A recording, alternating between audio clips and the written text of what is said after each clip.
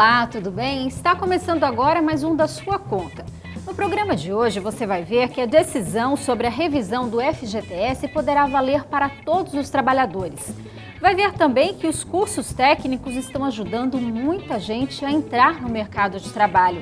No segundo bloco, a gente fala sobre a dívida pública brasileira e as razões para o seu crescimento nos últimos anos. O da sua conta desta semana está começando agora. Nos últimos meses, cresceu o número de trabalhadores que procuraram a Justiça para tentar alterar o índice de correção do FGTS, o Fundo de Garantia do Tempo de Serviço. A Defensoria Pública da União moveu uma ação civil pública contra a Caixa Econômica Federal, pedindo que a correção monetária do FGTS seja feita pelo índice que melhor reflita a inflação.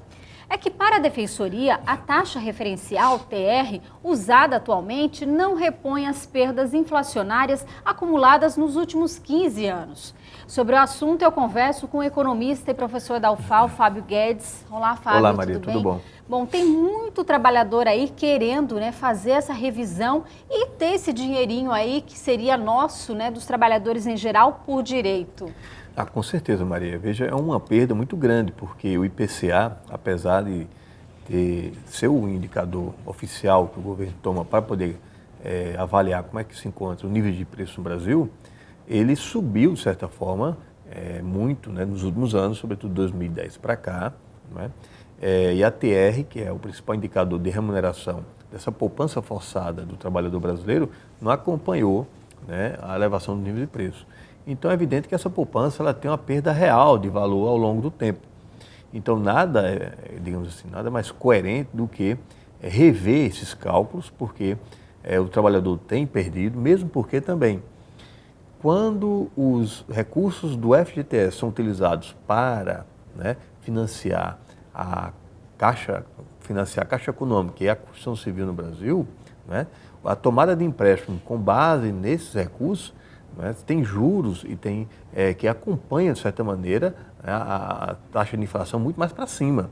Então, quer dizer, na ponta, quando esses recursos são utilizados, eles são cobrados por ele taxas de juros que são acima da inflação. Agora, que na hora de remunerar é muito abaixo da inflação.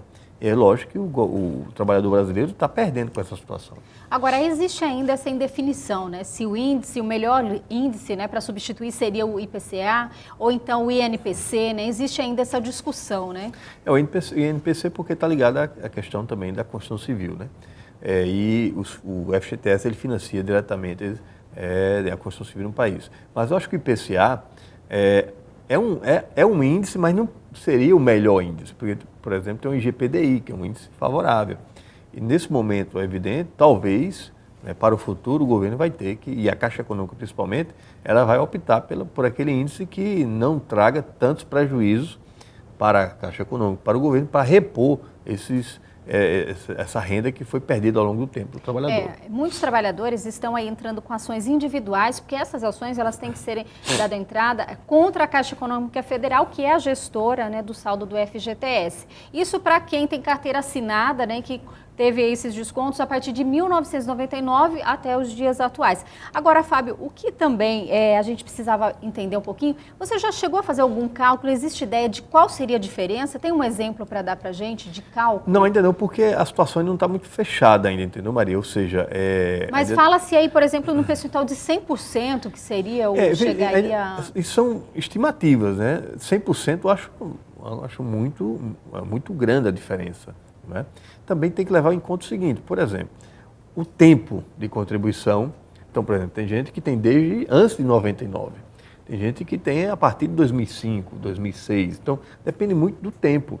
Então essa diferença, ela vai levar em conta o tempo, que é a base de cálculo que o trabalhador vai utilizar para saber quanto vai receber. Então depende muito do tempo e também naquele momento, por exemplo, qual foi a variação, no caso, do IPCA.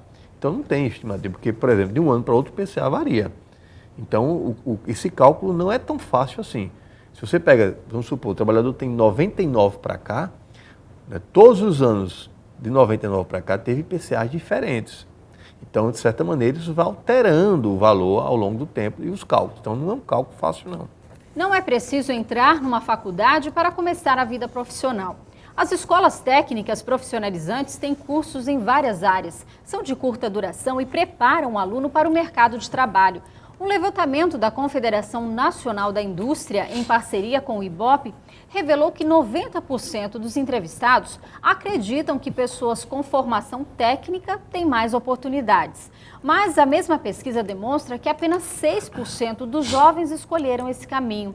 Fábio, a maioria ainda dos jovens acredita que a faculdade ainda é o caminho para conseguir o primeiro emprego, a iniciação da vida profissional, sendo que muita gente perde muita oportunidade também nesse meio caminho, né? Maria, porque também tem o problema da dificuldade de acesso a esses programas ainda, pela maioria dos jovens no Brasil, porque, veja só, apesar de termos crescido o número de matrículas no ensino fundamental e ensino médio no país, mas o nível de evasão é muito grande. Então, você só pode dar continuidade aos seus estudos nesses cursos técnicos se você terminou as etapas anteriores. Outra coisa importante é que a faculdade a faculdade, a universidade do seu ensino superior, ainda é o sonho da maioria dos brasileiros, dos jovens que dão continuidade. Então tem uma questão cultural muito forte, né?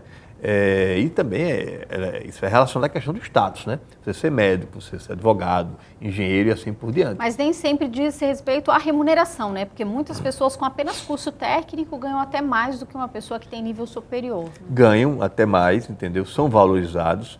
Eu me lembro muito bem nos anos 80, por exemplo, quando eu estava iniciando, tentando iniciar um curso superior, tinha duas grandes escolas técnicas na Paraíba que o vestibular, digamos assim, para passar por paralelas, que tem um curso de formação na área de elétrica e na área de telecomunicações, né, a vaga era mais disputada do que a universidade.